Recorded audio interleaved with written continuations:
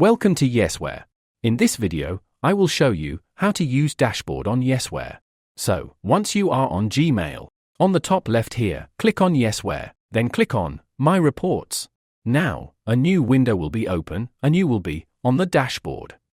The dashboard will help you track your email and other content.